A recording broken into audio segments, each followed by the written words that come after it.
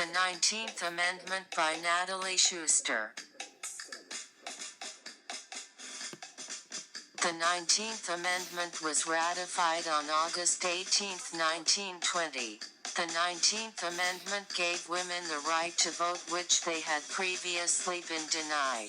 The women's suffrage movement had struggled for 70 years trying to gain equality in the nation. The American Women's Suffrage Association, which had a large part to do with the right to vote, was formed on February 18 of 1890. There was a 70-year battle for women's rights before the amendment was actually passed. Wyoming was the first state to grant women the right to vote in 1869. The Seneca Falls Convention on Women's Rights was held by Elizabeth Cady Stanton and Lucretia Mott. Both women were extremely against the inequality of women and men.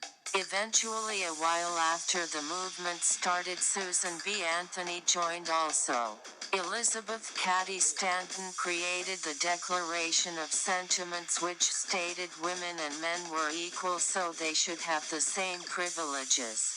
The Declaration helped the women move forward towards their goal.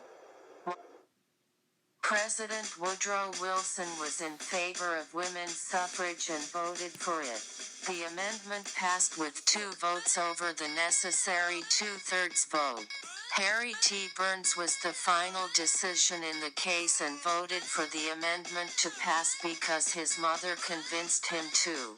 One of the only court cases that used the 19th Amendment was Lesser v. Garnett. The case happened in 1922 when 2 women decided to vote in Maryland. Oscar Lesser stated that the women did not have the right to vote, but the court disagreed and dismissed the case. Test question. The Supreme Court case that initially supported the 19th Amendment was A. Lesser v. Garnett, B. Roe v. Wade, C. The United States v. Virginia, or D. Reed v. Reed.